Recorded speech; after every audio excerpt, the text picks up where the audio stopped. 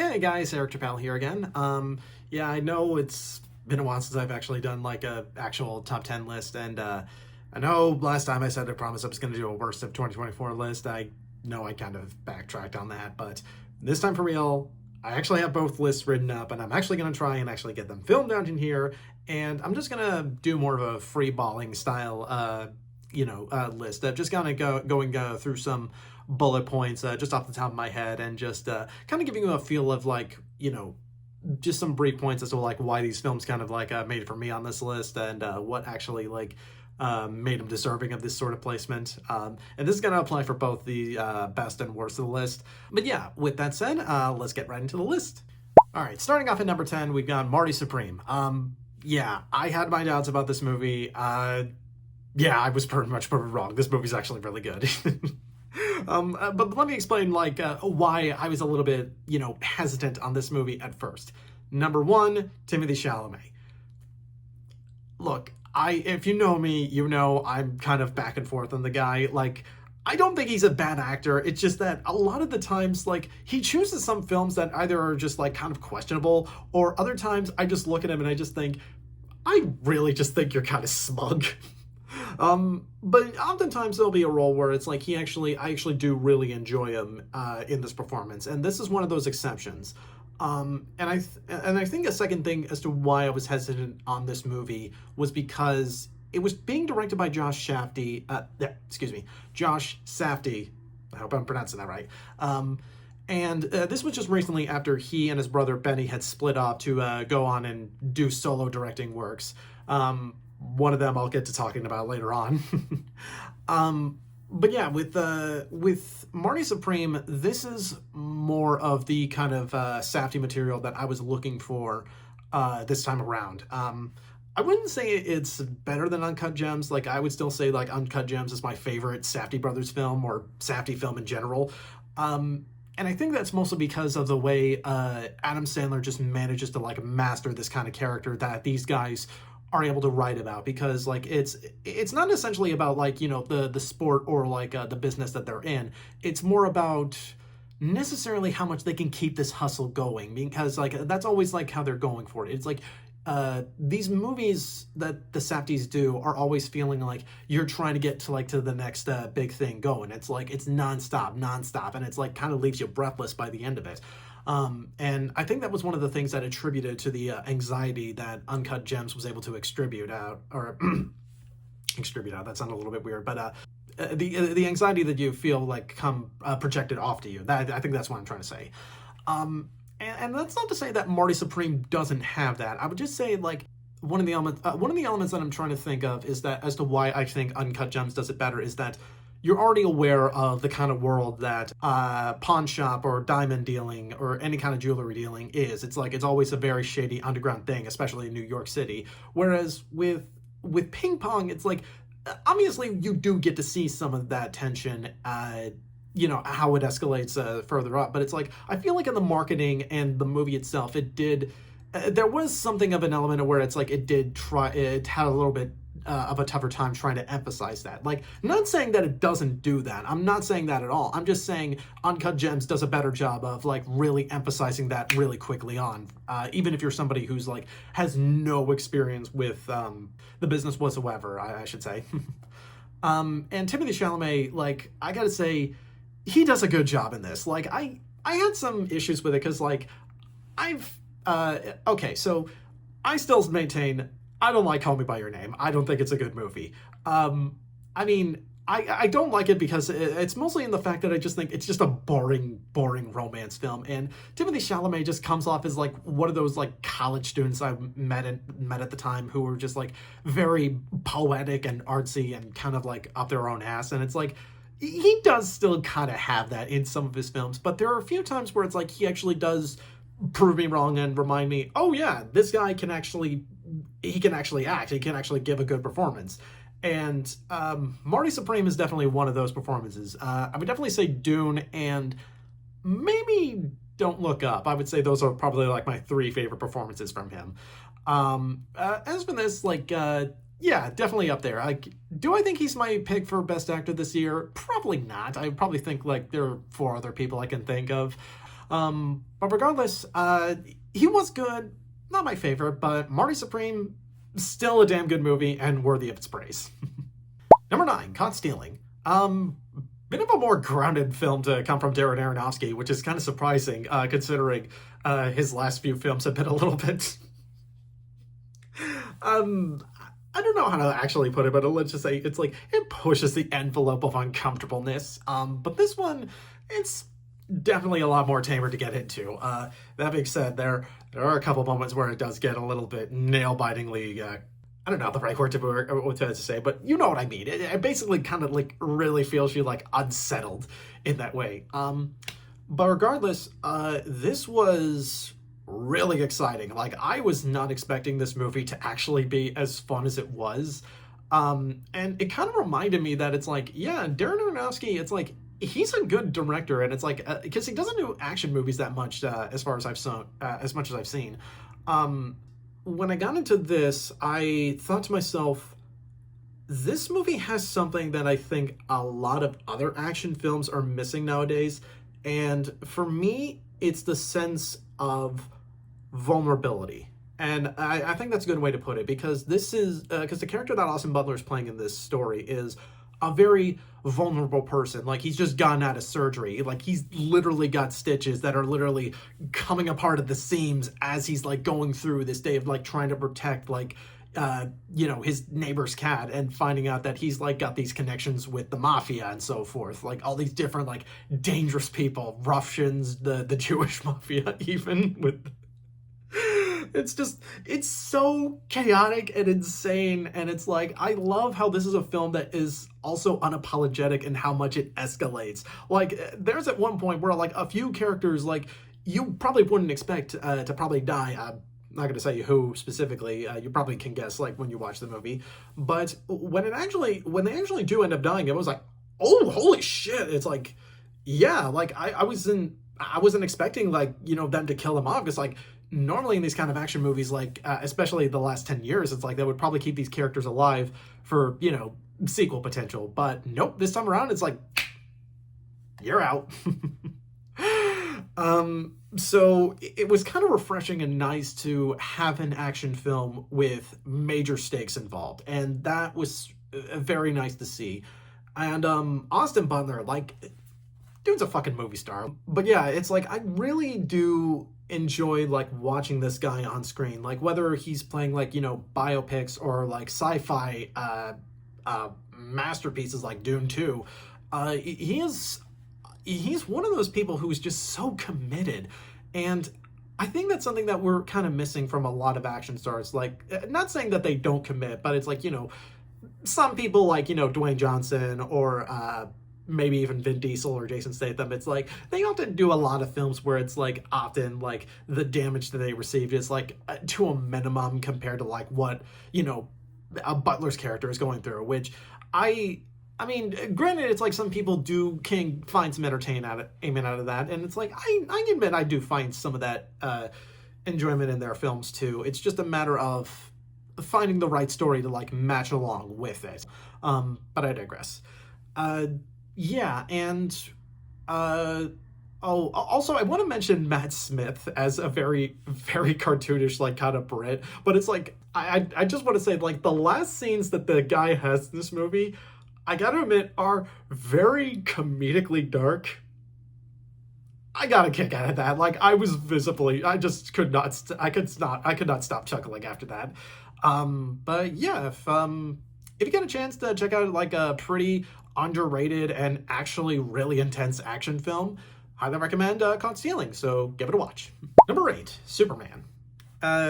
Yeah, I knew I had to include a comic book movie here on this list, and out of all of them, Superman was the one that I loved the most. Like, in a year that, to me, kind of had some helpless moments, James Gunn, to me, gave us the movie that I think was the most uplifting that we needed. Like, this is one where, as I was coming out of it, I just kind of smiled. Like, I was coming out with this, you know, relieved, like, you know, feel-good smile. And it's like, it's not something that I think I felt coming out from a James Gunn movie with that much level of satisfaction, I think, since Guardians of the Galaxy Volume 2. Superman was able to give that same kind of emotion. Like, it's not as good as Guardians of the Galaxy or Volumes 1 or 2, but it definitely gave me the kind of feeling of relievement that I was wanting from this movie, that I wanted this movie to give me. I think the best way I can describe like my love for this version of Superman is it's pretty much like a live action version of the Paul Dini Bruce Timm cartoon from the 90s. Everything's already established. It's like, okay, we're already set in the world of metahumans exist, superheroes exist. They're all here. It's like, let's just get into a day in the life of these people already and just go from there. And I kind of do like that because it was refreshing to get a film that's like kind of I was kind of worried that this was also going to do like what Spider-Man Homecoming did, where it's like, you know, some of the origin, like it's not presented, but it kind of feels like we're missing part of the character. This time around, it doesn't feel that way because we do get a lot of interaction with the people in Superman's life that actually do like mean so much importance to him, like Ma and Pa Kent, Crypto the Superdog, who best part of the movie. I'm sorry. Like Crypto was easily the best. I love dogs. What can I say? But even like his relationship with Lois Lane, which actually does show it is on the rocks, and oh my god, like Rachel Brosnahan, like is so good as Lois Lane, like easily the perfect casting. Like, if you haven't seen Marvelous Mrs. Maisel, check it out. She is hilarious on that. And David Cornsweet.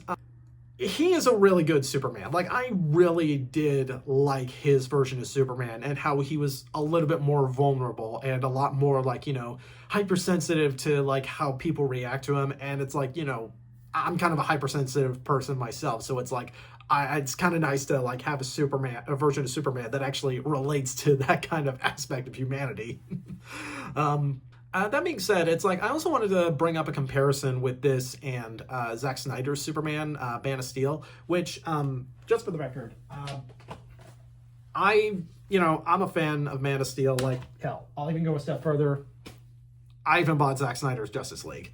So I am not coming at it with an extreme bias or anything like that. I actually do like Zack Snyder's version of Superman. Could it have been done better? Absolutely. That being said, with James Gunn's movie, I was glad to see him try and incorporate so many different elements of different interpretations of Superman, including Snyder's version. And I feel like that there's a good balance to be had with both versions of it, and I feel like we could end up getting to that at some point. But for right now, I'm glad that we're starting off with, you know, the more friendly Superman, someone that's trying to be more hopeful.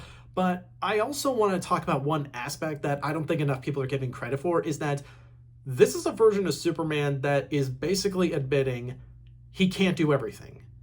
He obviously has to put priorities, you know, above something else.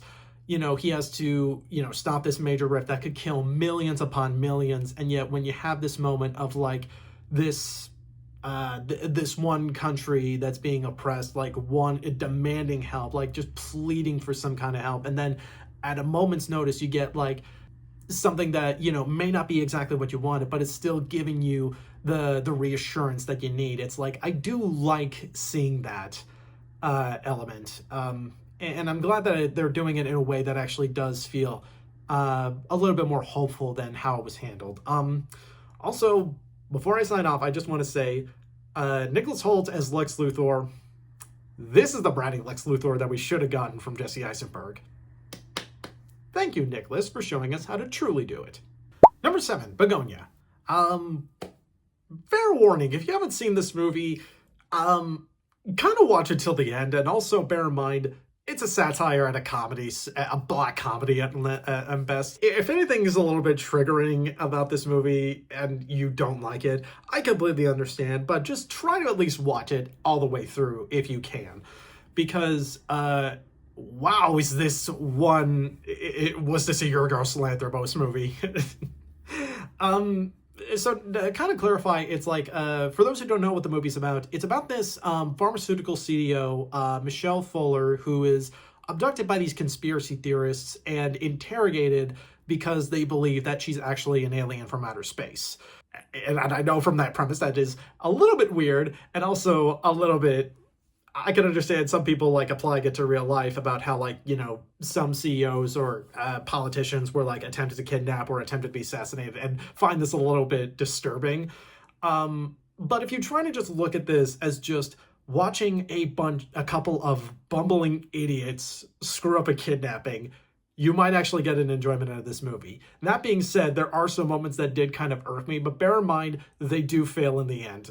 Not to give away spoilers, but just to say, like, if you want to know how it happens, definitely see how it works. But this is certainly one of those movies that is going to have some of the most uncomfortable laughs thus far. I do want to say one of the things that really got to me the most was the performances from Jesse Plemons and Emma Stone. Like, seeing these two go back and forth at each other, especially going back and watching it a second time, knowing what happens in the ending, is just so ingeniously brilliant. Like, I just really got interested in seeing these two go back and forth about like who's really in control here. It's so funny. I just gotta say thank you, Yorgos Lanthimos, for using practical effects. If you haven't seen this movie yet, go into it expecting a very weird Yorgos Lanthimos movie, and one that's just a sickly dark comedy at that. Number 6, K-pop Demon Hunters. Yeah, between this and Zootopia 2, I think it's pretty easy to say which was the better animated movie of the year. And especially coming from Sony Animation as well, because they've been on a really good high streak this last decade. Like, ever since Spider-Verse came out, it's like they've really been pumping out like banger after banger, or maybe even Hotel Transylvania 3, maybe with that. They've been coming out with like really strong stuff like since then, like the Spider-Verse movies, Mitchell's vs. the Machines, and now this film. It's like they've really been putting out some like strong, energetic stuff that it's like, I'm also kind of like seeing it's like, yeah, part of my bias is that it is appealing to the little kid who like grew up with shonen or action anime, like, or action cartoons like Naruto or Sailor Moon even. Like, actually that's a perfect example to compare this to, is Sailor Moon, is that. But aside from that, this is definitely really damn good franchise that I would love to see more films in this series of. And also on top of that, with the exceptionally good songs and animation to go with it, it's like watching like animated music videos in a good way, that is. Like Soda Pop, Golden, like a lot of really stellar songs have really been like on the radio. Like, I've been even starting to hear it at like my job at work, and that's usually when they play like old like 60s and 80s songs. I will have to say though, the only thing I would complain about is that I didn't first see this in theaters. I know it did technically get a theatrical release later on as a sing-along version. I missed my chance to see that. I really wish I could have seen this in theaters when it was released. Also, fittingly enough, this was the first movie that my girlfriend had recommended to me when we started dating. So, there you go. Number 5, Wake Up Dead Man, a Knives Out mystery. Once again, Bryan Johnson makes it into my top 5 favorite films of the year. The Glass Onion was my 5th favorite film of 2022. Knives Out was my favorite film, 5th favorite film of 2019. And now Wake Up Dead Man is my 5th favorite film of 2025. That being said, I would probably have to say this is probably my least favorite of the 3 movies, but that being said, it's like I do still think it's a really damn good movie and a really funny mystery at that. Like, Rian Johnson, he's always been one of those people that I have just always been fascinated of since, I believe it was like since Looper or Brick, when this guy really started to make a scene. Like, he's been demonstrating that he's been paying attention a lot more to his critics and finding out different ways to kind of play that criticism to his strengths and always like keep us guessing every step of the way. Like, one of the things that I like is that how like usually people pick up pretty early on that every villain is played by like an MCU actor or like one of the original Avengers maybe. And I love how each time he always like finds like different ways to keep you second guessing as to how it is. So it's like technically some people have figured out who it is going to be, but it's more of a matter of figuring out how we get there. And that's the part that I really like. and not to give away spoilers, but one of the aspects that I really liked how this film kept me guessing was that it switched like the amount of screen time given to the protagonists here. Like Daniel Craig has like doesn't even come in until like I think like near halfway through the movie. And the parts that he does have, where he's actually playing the organ to like stop somebody from talking, like, sorry, that was a little over dramatic, but I just needed you to stop talking. I don't know, his performance just makes me laugh. But I love how a lot of the screen time is more focused on like getting to know these people first and foremost. And I love how in each of these different movies, like you have different ways of like getting to know these people. Like at first it's like interviews from the detective's perspective, and then later on we get the detective just being brought along for this ride with these people.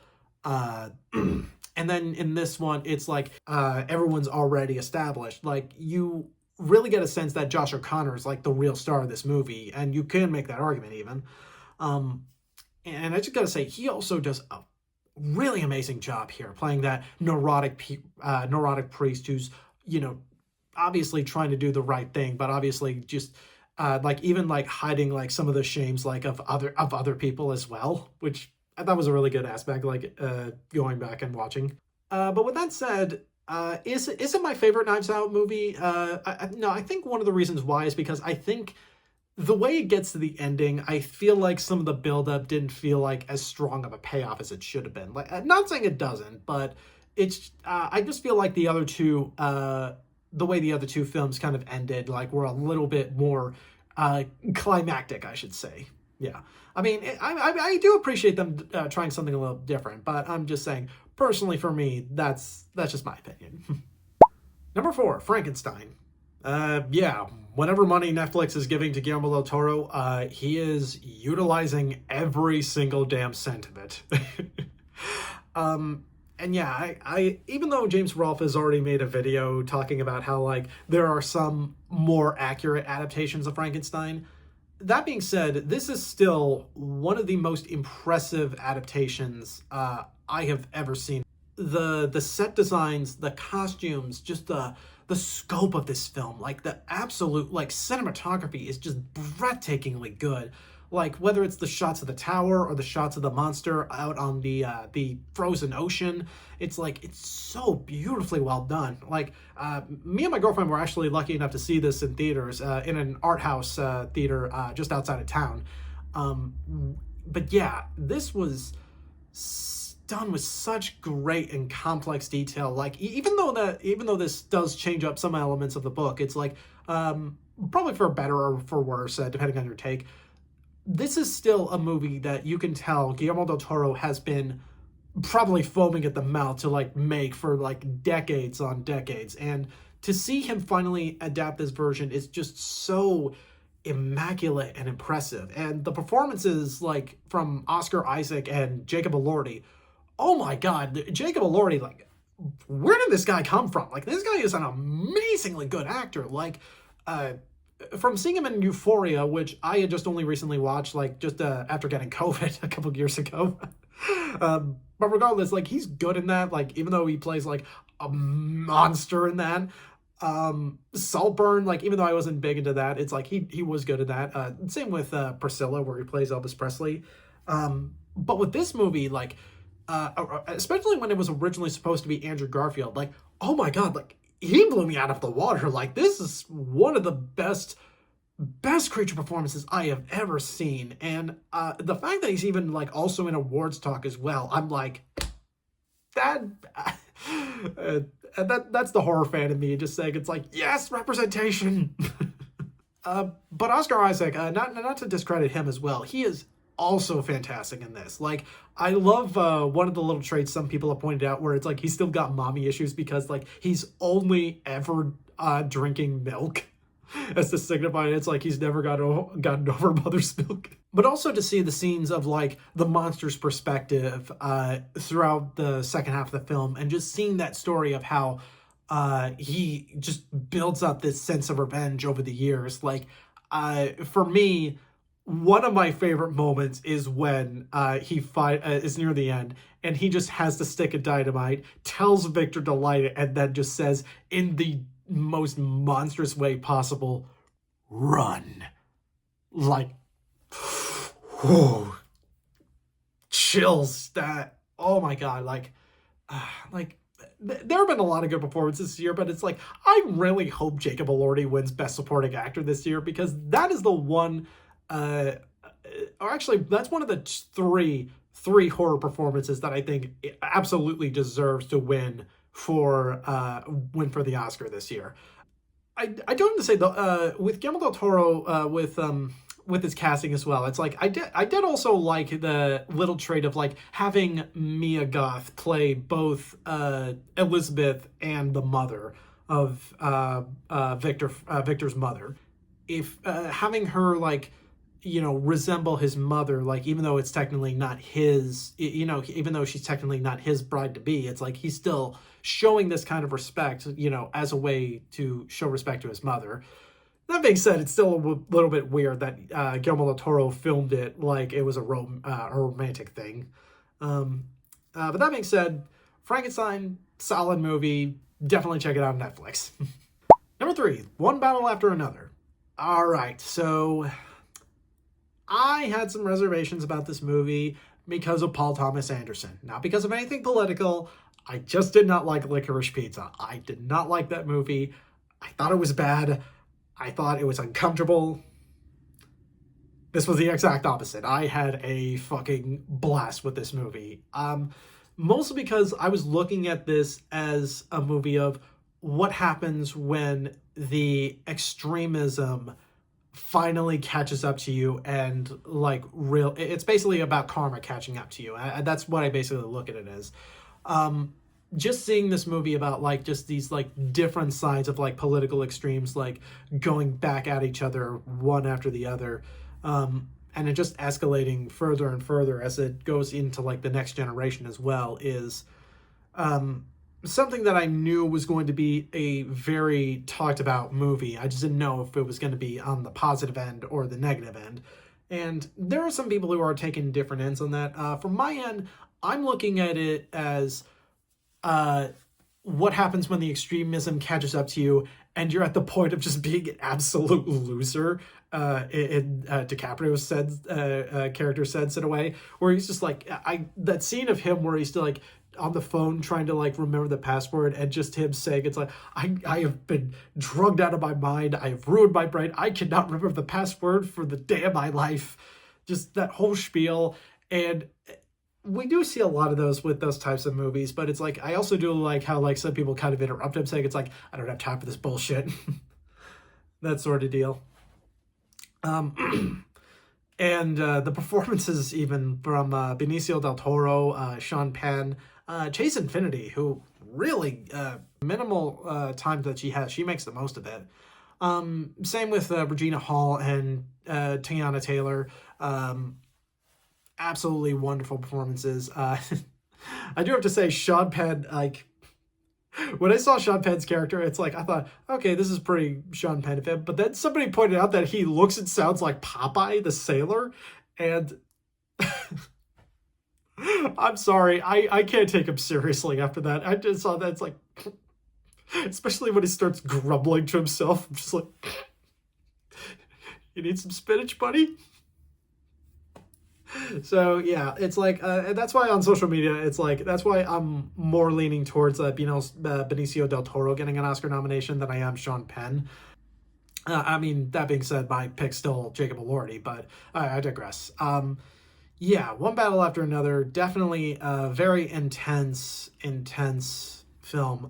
It definitely has some good funny moments as to why I thought it was nominated for comedy. But yeah, if you didn't like it, I understand why. But for me, yeah, solid time. And thank you, Paul Thomas Anderson, for giving me a film I actually really enjoyed. Number 2, Weapons. Yeah, Zach Krieger, I have been very curious about as a filmmaker. I was a little bit familiar with some of his work on Whitest Kids You Know, but once I started diving into directing after Barbarian, I really became fascinated about what this guy was going to do next. And also, just to prove that I am truly on board with this guy, I even got the Blu-ray for Weapons. Why am I bringing this up? Because Barbarian never got a Blu-ray release, and I wanted to make sure I did for this time, because that did make me a little worried about how long this is going to be a permanent thing, because, digital versus physical media, like, distribution is a little bit up in the air. But I digress. Anyways, right, Weapons. This was easily, not only, this almost became my favorite horror film of the year, if not for my number one, mostly due to the fact that this movie had probably the best marketing campaign I had ever seen for any horror film, because it does a good job at keeping the mystery intact. Like, it doesn't like outright reveal anything or about what the film is going to be about or what the plot is. It's like, you just know this one scenario, at 12:17 a.m. Every kid in this class went missing at the same time, and they've been missing for weeks. Like, we don't know what happened, and that's all you need to know. And just shit hits the fan, and once it does, like, oh boy, does it get crazy. But I also love how it's also telling the mystery through these different perspectives. Like, we're looking at this, like, the perspective of the town collectively. Like, at one point we're looking at through the teacher's perspective, and at one point we're looking through the dad's perspective, and then the principal's perspective, and then we're looking at one of the cops' perspective, and then the perspective of a crackhead even.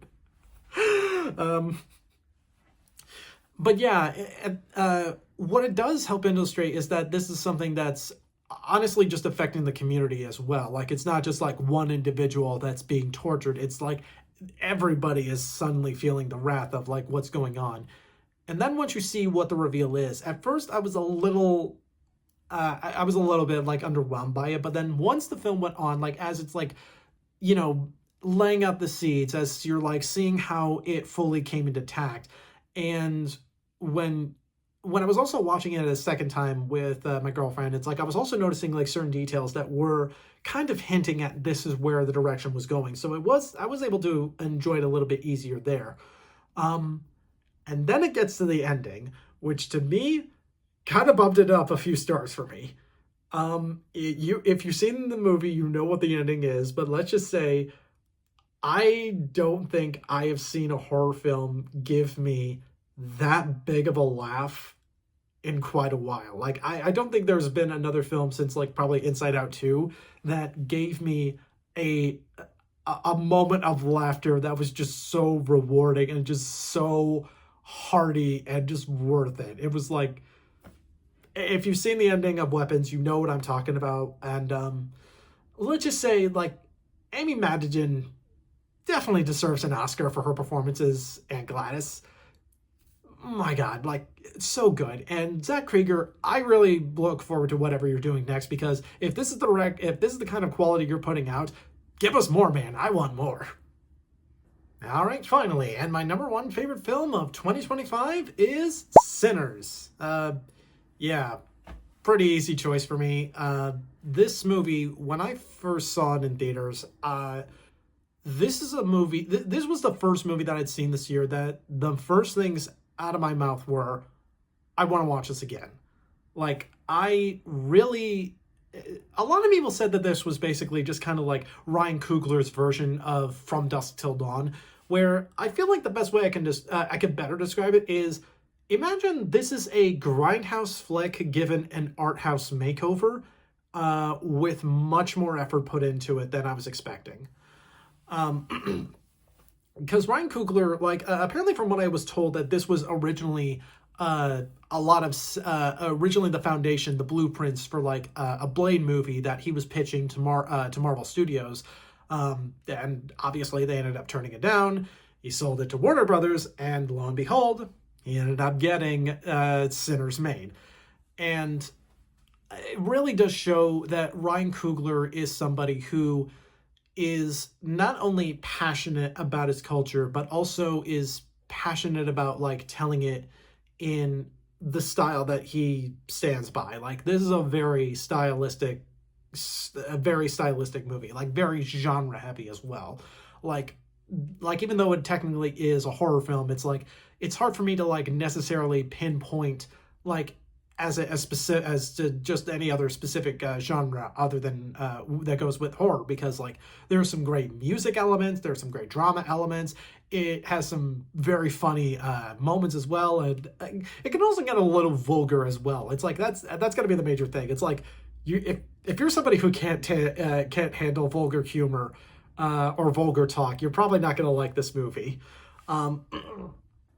But what I especially loved about these characters is that they just really felt real within this time period. Like, you see that there are people down on their luck, like the best way that they can make money is just like, just sitting on the sidelines and just kind of playing music. Sorry, I had to sneeze there for a second. But as I was saying, it's like, just seeing the interaction with a lot of these characters, like, especially when they're like reminiscing about like, their past betrayals, or it's like how they really got to this place, like what it took. Like one of the aspects that my friend Melissa said, she wasn't too big into the film, but she said one of the things that I would have liked to have really seen the movie be more about is like their story with Al Capone, like the Smokestack brothers.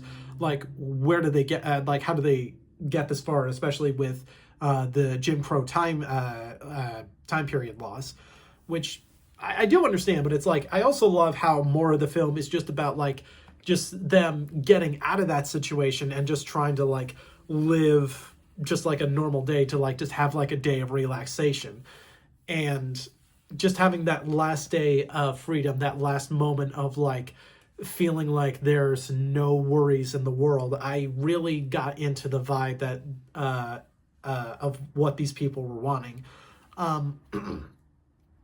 And Miles Canton, like I just want to say, like, before I talk about Michael B. Jordan, like, Miles Canton, my God, this guy's a really good performer. And the fact that he also wrote some of the songs as well, like I Lied to You and Last Time I See the Sun, which to me, Last Time I See the Sun, I wish that was the one that was getting nominated at the Oscars, but it seems like I Lied to You, which obviously I do get why that's getting the praise it deserves.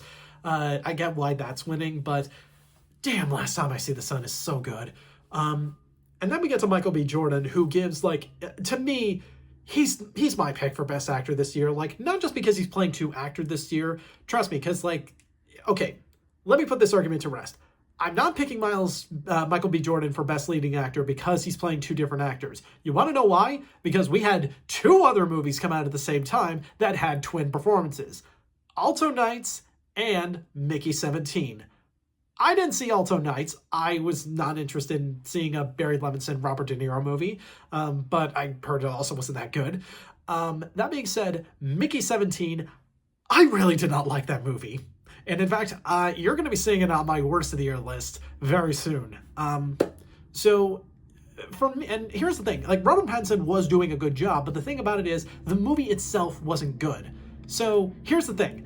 I'm not saying Michael B. Jordan deserves Best Actor because he's playing two roles, because if that were the case, I'd be talking about Robert Pattinson in Mickey 17.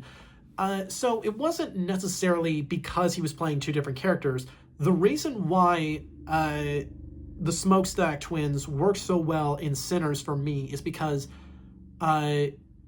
you're working off of like two different completely personalities that Michael B. Jordan is able to perform flawlessly without even having to change much of his look or style. It's like, it's mostly in a matter of how he carries himself. Like, there's a particular sequence in which, like, so it's like, okay, currently how I'm positioned right now, it's like both Smoke and Stack are cut back to in this conversation that Stack is having with Mary and that Smoke is having with Sammy. But even as it's cutting back between the two different conversations, it's like I can still look at it and see, like, even with like not much, like, even if it was in black and white, I could still tell if I was watching Smoke or Stack based on that performance and how it's carried. So And it was so it wasn't necessarily just like the technology and the performances. It was mostly in the matter of how these characters are written. And for me, like, I think that's another thing that Ryan Coogler does a really good job with, is that he knows how to like really have these characters bond despite, all their flaws as human beings, especially. Uh, like especially like when I think it was Stack, like kind of like really being misogynistic towards Cornbread's wife. Um, and then it goes to Delroy Lindo, who, my God, this guy's a phenomenal actor, but also he has just the best way of just like having the best unintentional laughs at each time. Knows how to bring the attention to him, but like still manage to keep it like natural within the story. And then of course you got Jack O'Connell as Remick, just being the most Irish vampire I could have imagined. And Haley Steinfeld, who I gotta say, it's like she has had such a wild career over the last 15 years. Because it's like, I think back to like when she did True Grit back in 2015, and then seeing her do all these other films like Edge of 17 or God, what was it? Ender's Game, even. Like, I remember her doing that movie. Just seeing all these different films she's like done, and now and even the Hawkeye series, it's like, God, she's come a long way. And Spider-Verse, even. See, I'm even remembering it's like all those other films.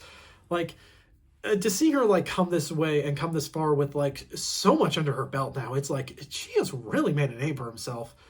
And Wamne Masoko, like I love the scenes like of her like incorporating her voodoo and hoodoo like mythology into like the story, and how it's like it even is a bit of a reflection on how on religion, on how like technically that the the hoodoo that like Minnie has grown, or not Minnie, what was her name? God, what was it?